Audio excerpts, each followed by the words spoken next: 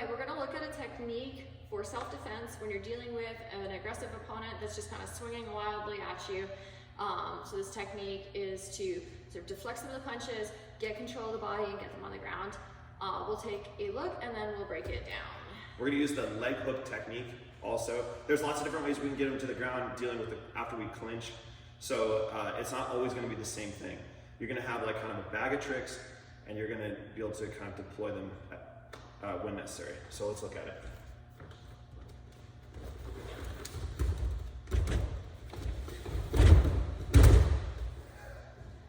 Yeah. So, okay, I'm gonna be the aggressive opponent. So what I'm gonna do is I'm gonna basically just be like coming in and I'm gonna wildly try to swing, okay? And she's gonna cover. Go ahead. So basically, we're just gonna throw that wild right hand, okay? I'm coming in. I'm just like, she gets control of me, okay? And as a partner, I'm kind of doing like wide swinging, untrained blows, okay? What most people think is good fighting. Okay, so then she takes a micro step in between my legs, okay? And then she hooks my leg with the outside leg, and then she's gonna put pressure on my chest down into the side and literally try to take my foot off the floor, like this. As I start to fall, she puts her hands out, so in case this is concrete and she needs like a slow descent without hurting her hands. And then right away, she's gonna put her leg over the top. Because most people on the streets aren't gonna have any guard. They're not gonna know to trap you in a quarter guard and then go to deep half guard like this. So they're gonna basically have their legs kind of doing nothing. So you step your leg right over into mount, just like this. And then get ready for them to start trapping your arms and bridge it. So your hands should be up at a wide angle 45, just like this. And you're gonna get ready for all your mount maintenance because they're gonna go wild and crazy. So in regards to blocking your face, putting your forearms as like a framework in front of your face. Don't put your hands in front of your face. Your hands you're gonna punch yourself. So forearms in front of your face, and I'm kind of tucking my chin a little bit here. So I'm gonna kind of just like ram into his chest and close the distance as soon as possible. A distance is gonna favor strikes, whereas closing the distance is gonna take some of the power of the strikes away and favor your grappling. So what we're doing is we're looking at close the distance. There's several ways we could do this. We could have our hands like kind of up like this. One of the things I like to do is I like to almost like you're running your hands through your hair, and you connect your palm to your head, like above your head, and you close your elbow in, protects your whole jawline, your chin, your jaw, all the way to your ears. So if you're not getting hit in any of that with this. But I'm also not blocking my vision. So if you get that head-on punch that's coming straight down the middle, I'm still able to see somewhat through my arms, just like this.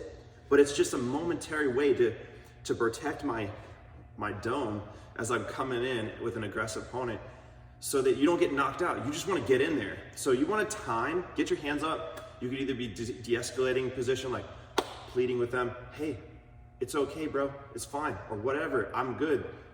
Please go away, you know what I mean?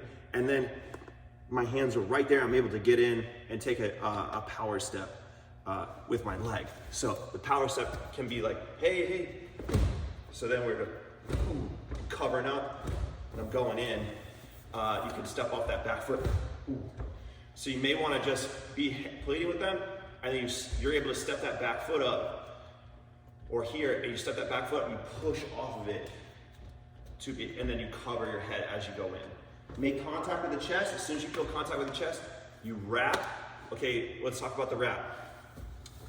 Your hand has to be around their back. Look at her hand.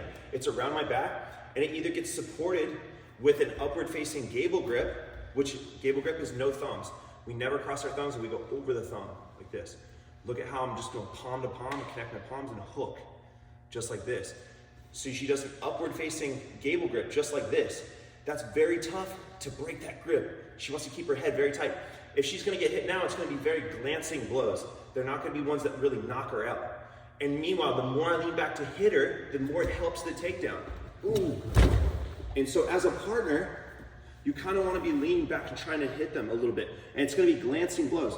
They're not going to take you out, okay? So this kind of brings me to the next aspect of the body dynamics in this. The leg hook takedown, you want to be leaning forward, similarly to the Asotagari. When you are leaning forward to make the mechanism of this takedown work, you certainly don't want to be leaning backwards with a leg hook.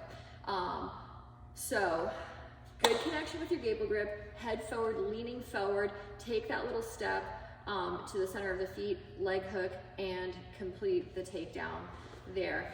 Most people, if they don't have grappling or wrestling experience, they're not going to know to address the gable grip. They're going to lean back with their upper body to get space. Wrestlers and people who grapple know how to address the real danger of a situation, which is the gable grip. The gable grip is the attachment, but most people don't know that, so they're going to lean backwards to try and hit you more.